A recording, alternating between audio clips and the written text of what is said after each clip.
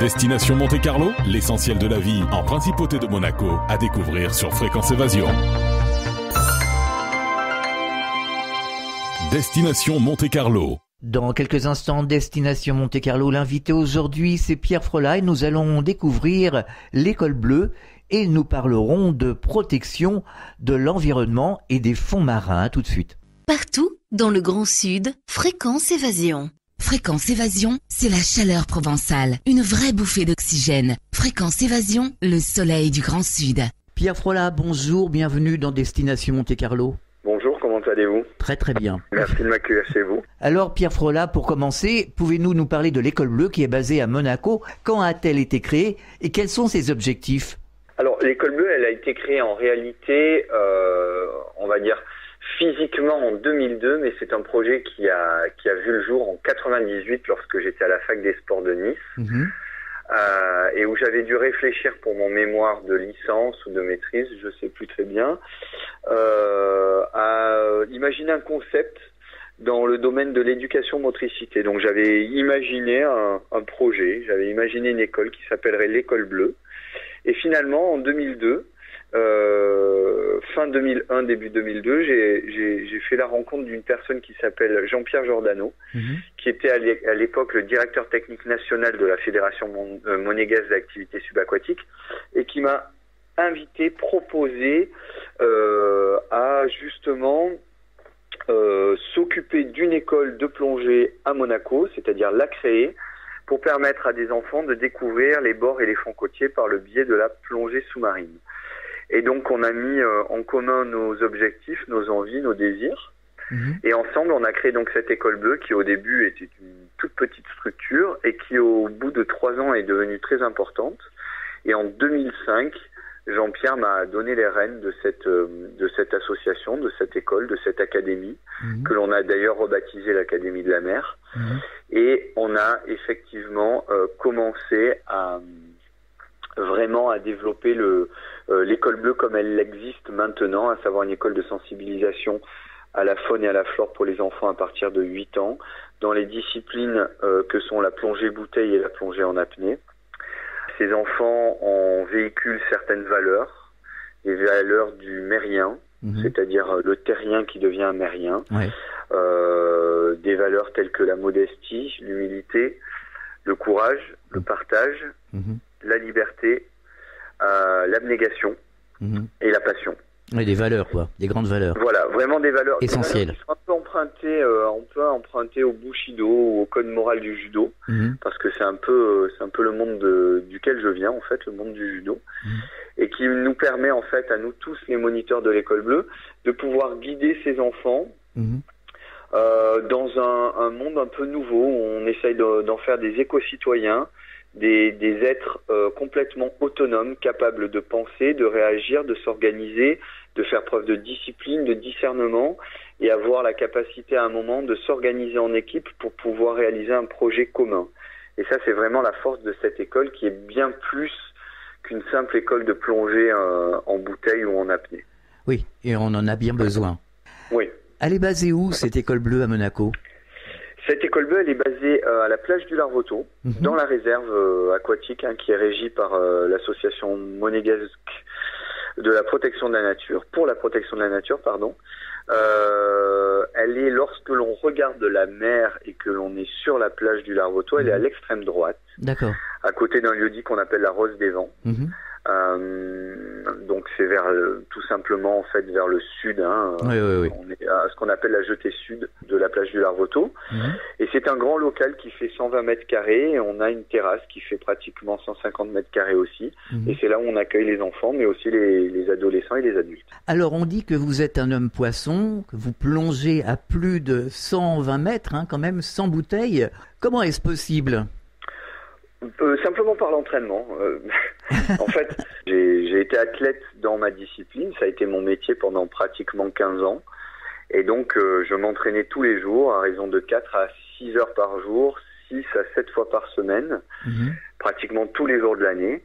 Et donc, forcément, au plus on va s'entraîner, au plus on va créer des adaptations qui vont nous permettre justement de pouvoir progresser, devenir fort dans notre discipline. Et donc, moi, ma discipline de prédilection, c'était la grande profondeur. Dans les disciplines que l'on appelle assistées ou non assistées, c'est-à-dire descendre par ses propres moyens, les poids constants, ou descendre grâce à l'aide d'un outil que l'on appelle un poids variable, donc une gueuse.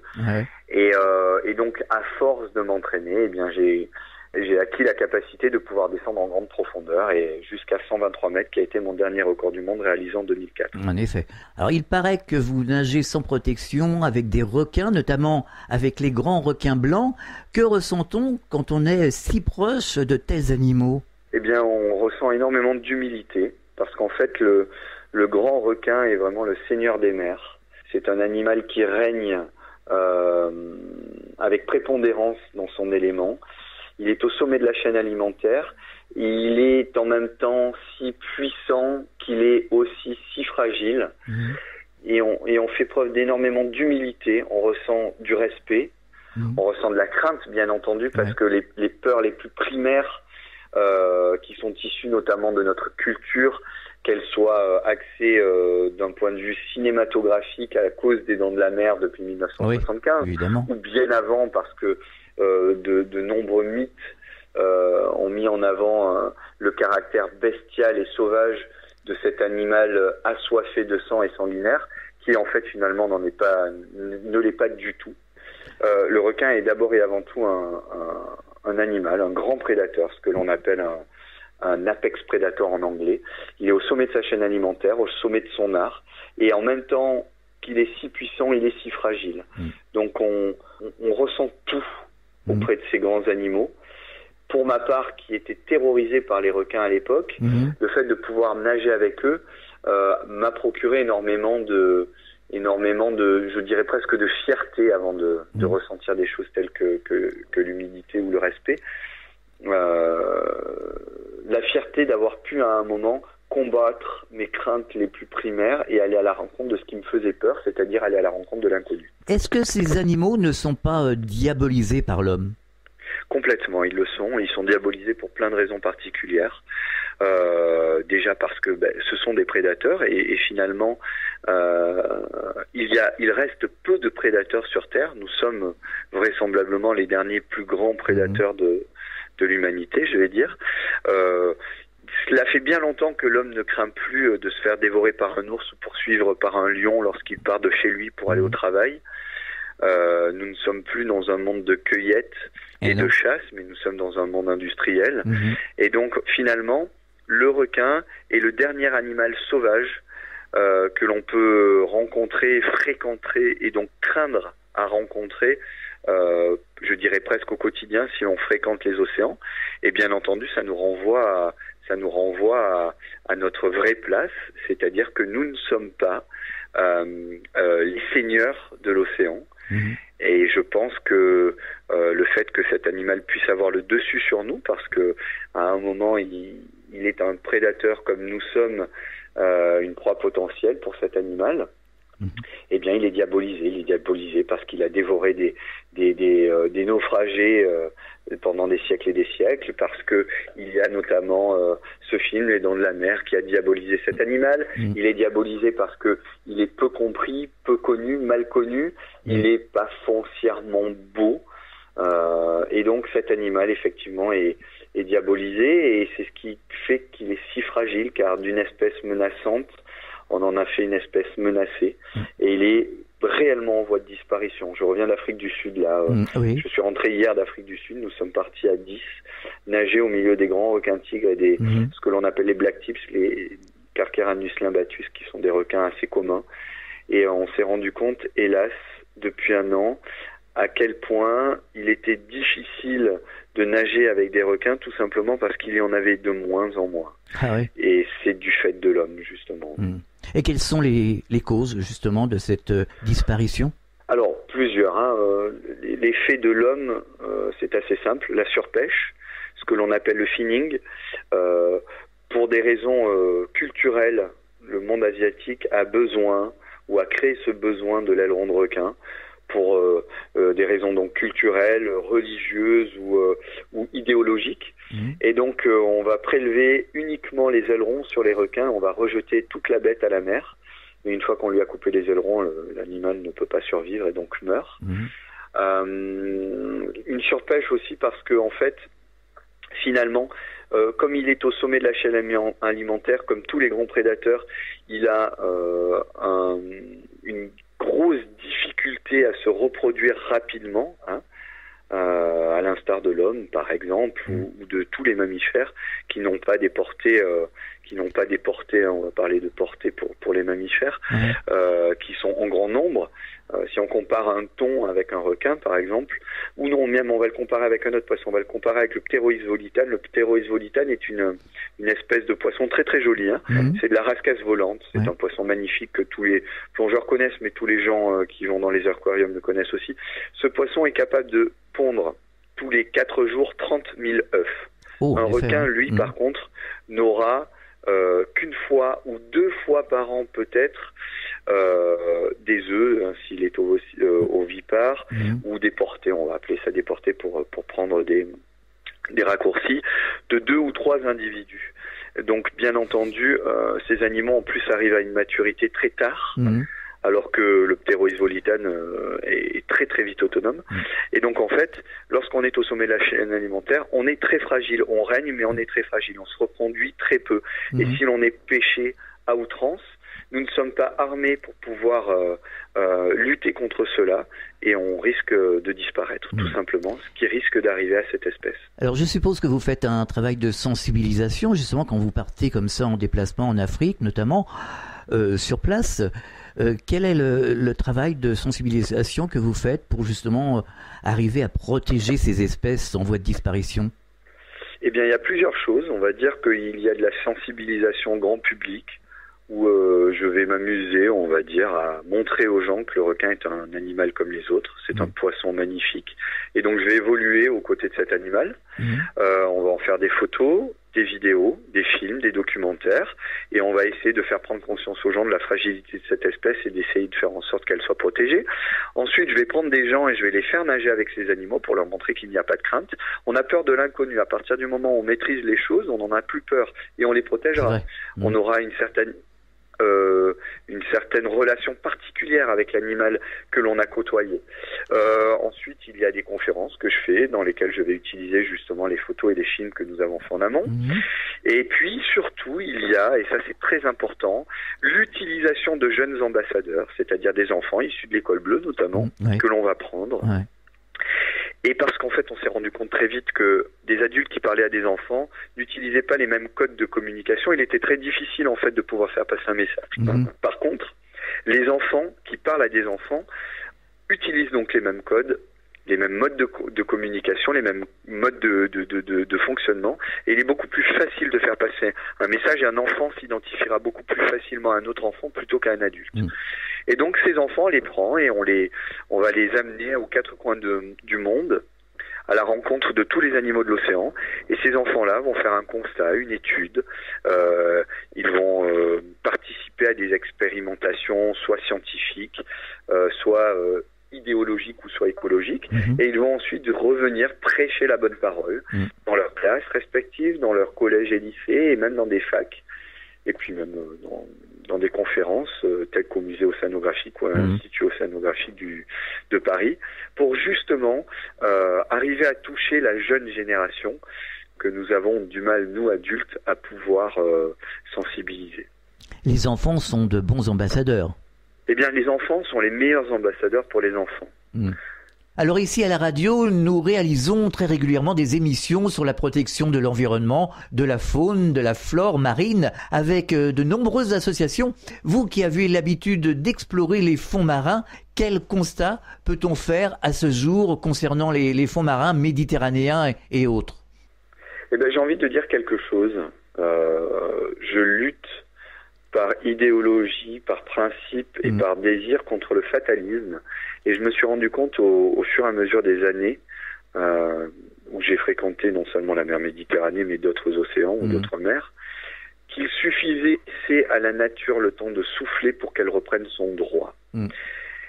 Et la mer Méditerranée va bien mieux maintenant que dans les années 70, mais bien entendu, elle va moins bien qu'il y a 2 ou 3 siècles. Il suffit simplement de la laisser souffler, de lui laisser le temps de reprendre son souffle pour que les choses reprennent leur droit. Donc j'ai envie de dire qu'il y a énormément d'espoir et que tout n'est pas perdu à partir du moment où on fait attention. Je vais vous donner un exemple très simple. Ici. Il y a depuis maintenant presque 10 ans la possibilité à l'île de la Réunion d'aller nager avec des baleines à bosse, ce que nous avons fait avec les enfants de l'école Bleue d'ailleurs il y a 2 ans et l'année dernière, pour aller à la rencontre de ces baleines. Il y a 20 ans, il n'y avait aucune baleine là-bas. Il n'y en avait pas, ou du moins il n'y en avait plus, car elles étaient presque en voie de disparition, pêchées, surpêchées. Mais dès lors qu'il y a eu les moratoires sur la pêche à la baleine et ainsi de suite, cette espèce, naturellement, repris goût à la vie, on va dire, et on note de plus en plus d'individus, au même titre que les cachalots et d'autres espèces. On voit la même chose avec le thon rouge en Méditerranée. Il y a depuis maintenant près de 4 ans qu'il y a un moratoire sur le thon rouge en Méditerranée, et on se retrouve maintenant, si on va prendre l'exemple de Monaco, certaines périodes de l'année avec des thons rouges dans le port de Monaco.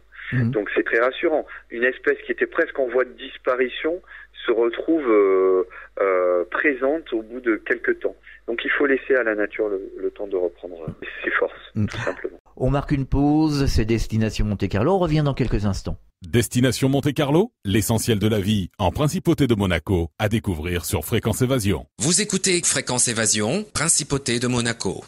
Chaque jour sur Fréquence Évasion Grand Sud, info, loisirs, culture, environnement et détente. Fréquence Évasion, www.fréquenceévasion.com. De Menton à Toulouse, Radio Fréquence Évasion, le soleil du Grand Sud. Nous sommes de retour sur Fréquence Évasion, c'est Destination Monte-Carlo. Nous sommes toujours en compagnie de Pierre Frolat. Nous parlons de l'école bleue, de la protection de la faune et de la flore marine. Alors on parle beaucoup de pollution chimique. Il y a une réalité bien entendu, mais est-ce qu'on ne dramatise pas trop les choses, ou est-ce que la mer peut justement transformer tout ça et retrouver son état originel par rapport à ces polluants? En fait, c'est une discussion qu'on avait il y a quelque temps avec mon frère notamment, qui est scientifique. En fait, ce qui régit notre existence, notre devenir, c'est ce qu'on appelle la mutation, l'adaptation. Le fait qu'une cellule se multiplie à un moment et donne un être. Le fait qu'à un moment, les choses s'adaptent. Alors, il y a des transitions très franches et très dures et très rapides dans lesquelles la nature n'a pas le temps de s'adapter. Espèces qui ne peuvent pas s'adapter, mais en général, je dirais que l'être vivant s'adapte à son environnement. Survivre. C'est le cas d'ailleurs des bactéries, par exemple, qui sont les premiers êtres à un moment s'adapter pour pouvoir trouver des solutions. Eh bien, c'est la même chose pour nous, c'est la même chose pour ce qui se passe dans la mer. D'ailleurs, il ne faut pas oublier que la vie a pris racine dans les océans. Et donc, ce serait presque... Il faut bien comprendre ce que je dis. Cessons de polluer, bien entendu. Mais de toute façon, la nature reprend toujours son droit, de quelque façon que ce soit. On s'adaptera toujours. Par contre, si nous ne sommes pas faits pour pouvoir survivre à nos propres déchets, nous disparaîtrons et une autre espèce, d'autres individus prendront le dessus. Les dinosaures, à un moment, n'ont pas pu s'adapter et ont disparu. Il y a énormément d'espèces qui disparaissent parce qu'elles ne sont pas capables de s'adapter. Par contre, il y a d'autres espèces qui prennent la place des espèces qui disparaissent parce que la nature déteste le vide. Maintenant, il est très important de faire attention. Faire attention à l'eau douce, faire attention à nos rejets, faire attention au tri de nos déchets. Mais il faut bien comprendre que nous ne sommes pas une espèce qui est capable à un moment de revenir en arrière. Et donc il faut trouver le moyen de continuer à assurer ou assumer notre confort désiré, tout en ayant la capacité de préserver l'environnement, le monde dans lequel on vit. En prenant des précautions et en réfléchissant. Le problème, c'est que l'individu en lui-même peut très facilement prendre des décisions drastiques, mais la société en elle-même régit l'humanité d'une certaine façon, et ne laisse pas la place à l'individualisme, l'individualité et la capacité à un moment de pouvoir faire des choix. Donc je pense que l'avènement de l'amélioration des choses pourra se faire sur des unités de lieux très courtes, très petites.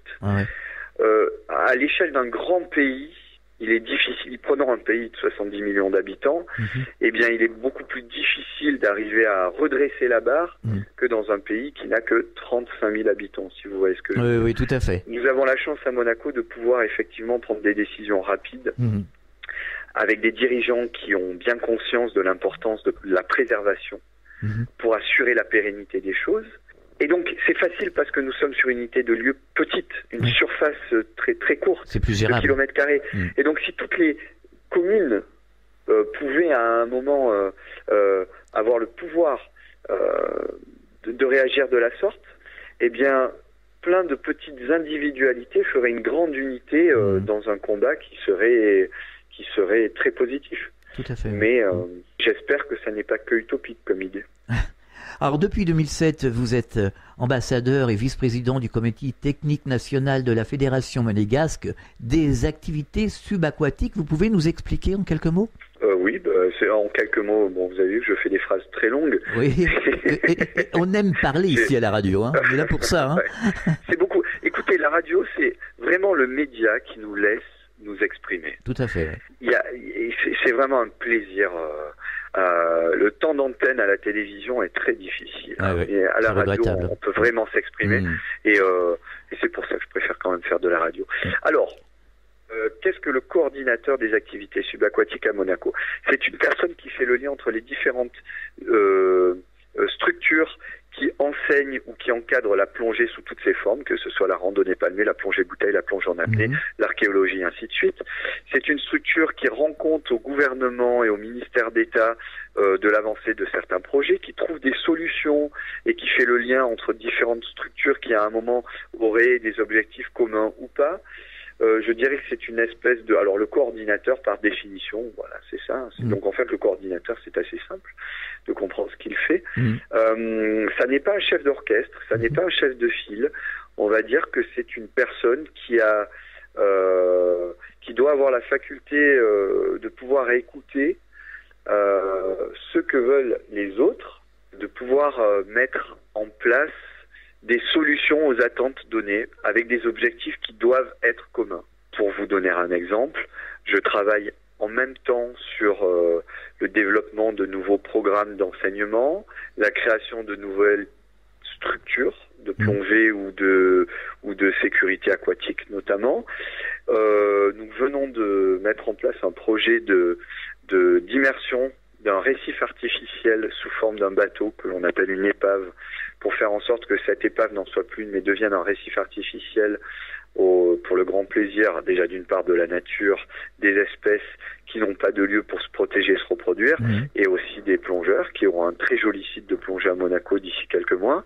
La mission de porte-parole aussi, voilà, vous m'invitez à parler à votre radio, et voilà, donc missions qui sont très très importantes à mes yeux, mais aux yeux aussi des différents présidents d'associations, de structures, de fédérations, parce que justement cette fonction me permet de faire le lien et d'arriver à coordonner les choses et faire en sorte que le message passe plus facilement. Alors, on en parlait tout à l'heure, vous avez participé à plusieurs documentaires sur l'apnée.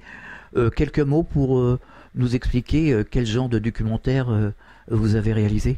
Bien, des documentaires assez, qu'on va dire, sur l'histoire d'un apnéiste qui évolue dans son monde, donc soit des documentaires sur la compétition, soit sur les records, soit sur l'entraînement, soit sur des expérimentations scientifiques, ou sur ma reconversion, un très beau film qui avait été fait par Jérôme Esplat, qui s'appelle Prince des épaves, qui mettait en scène Frédéric Buil et moi-même, et qui retraçait notre reconversion, l'aventure, la décision à un moment d'arrêter la compétition pour des raisons différentes et de s'axer sur de nouveaux combats, on va dire, tels que la sensibilisation à la nature et ainsi de suite.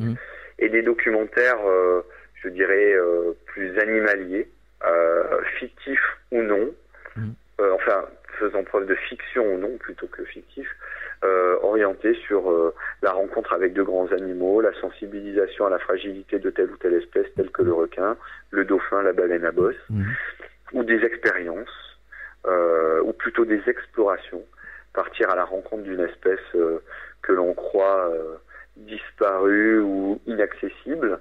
Voilà, donc de très nombreux documentaires, et il y a toute une série de documentaires en prévision qui devraient voir le jour, le tournage du moins, à partir du mois d'octobre 2014. Intéressant. Vous avez publié un livre aussi, Pirates des Abysses, je pense que c'était aux éditions du Rocher. Alors oui, moi je ne l'ai pas publié, je l'ai écrit.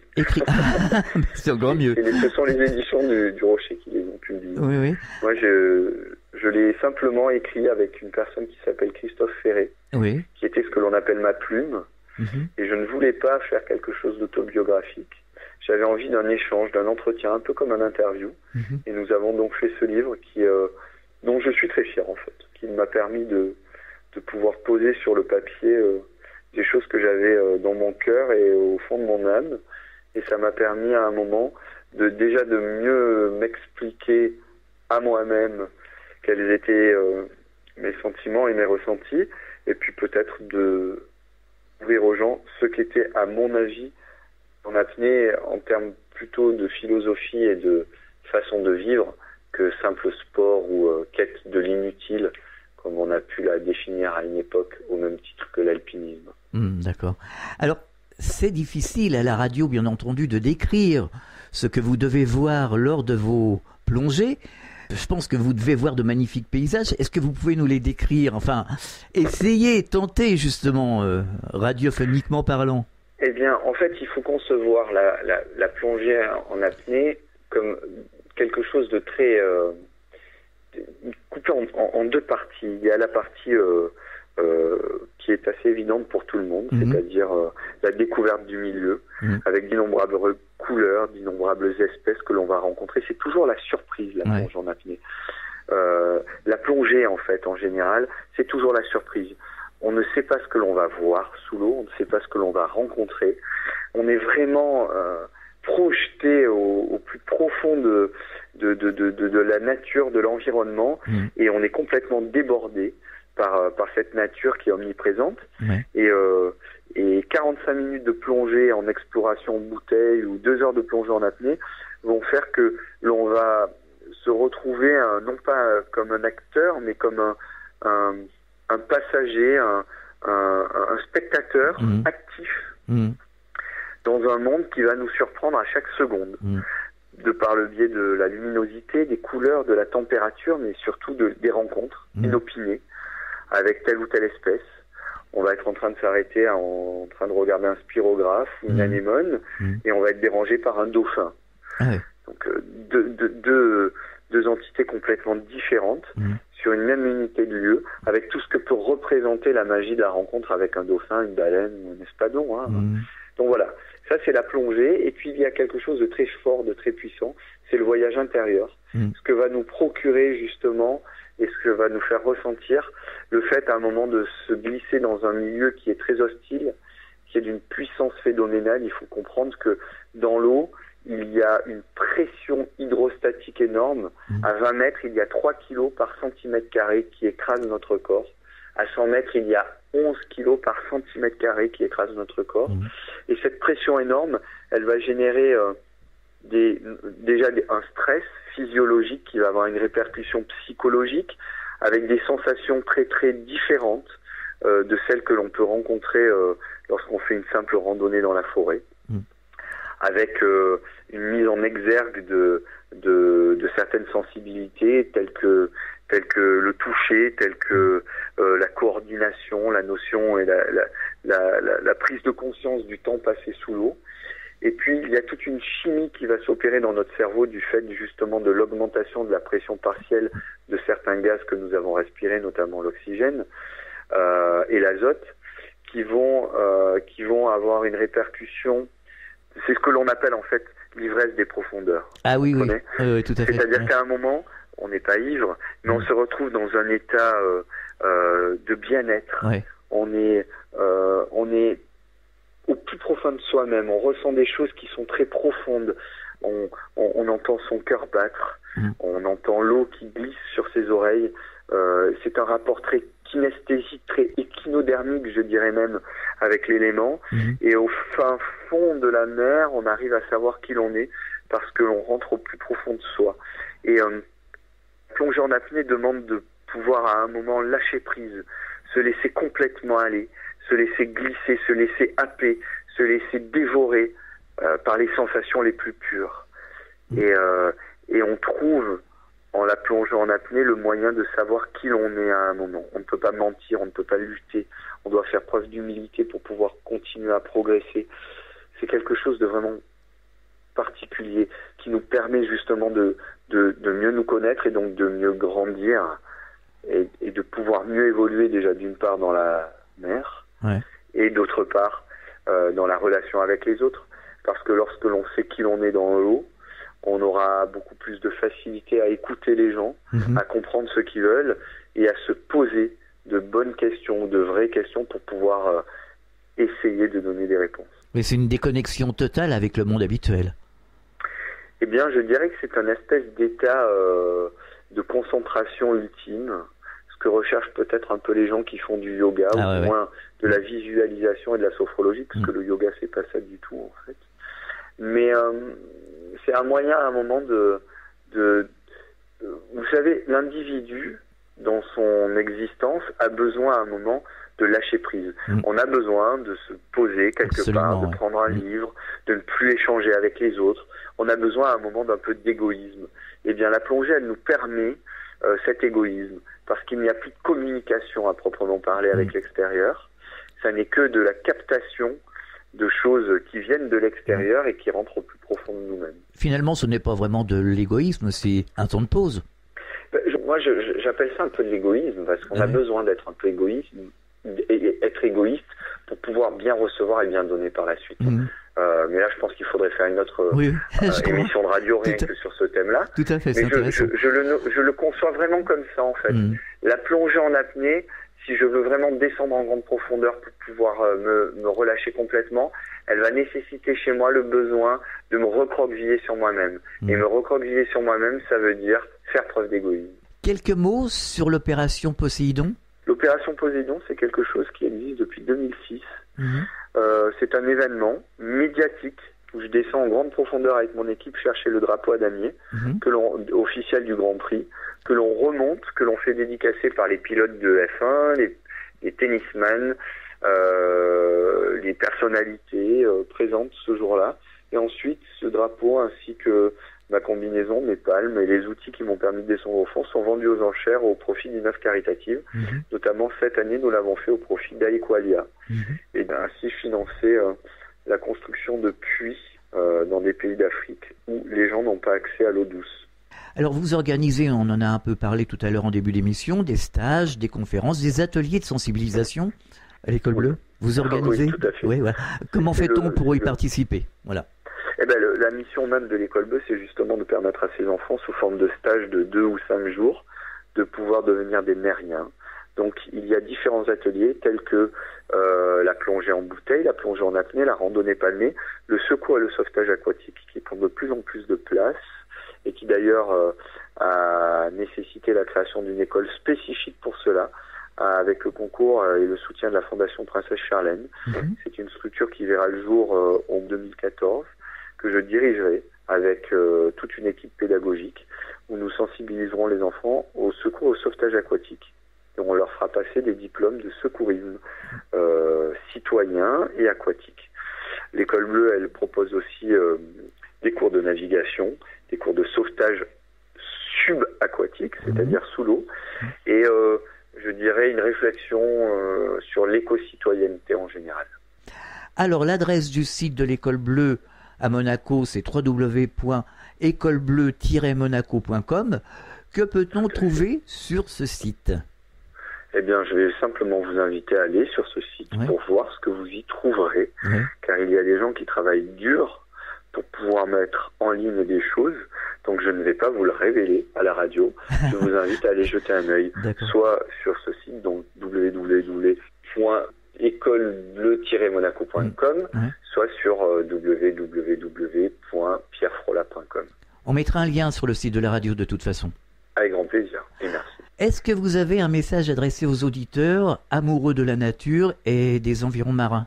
J'ai envie de dire aux auditeurs, soyez tout simplement amoureux au quotidien. C'est ça qui nous construit. Et c'est l'amour qui nous permettra de survivre, tout simplement.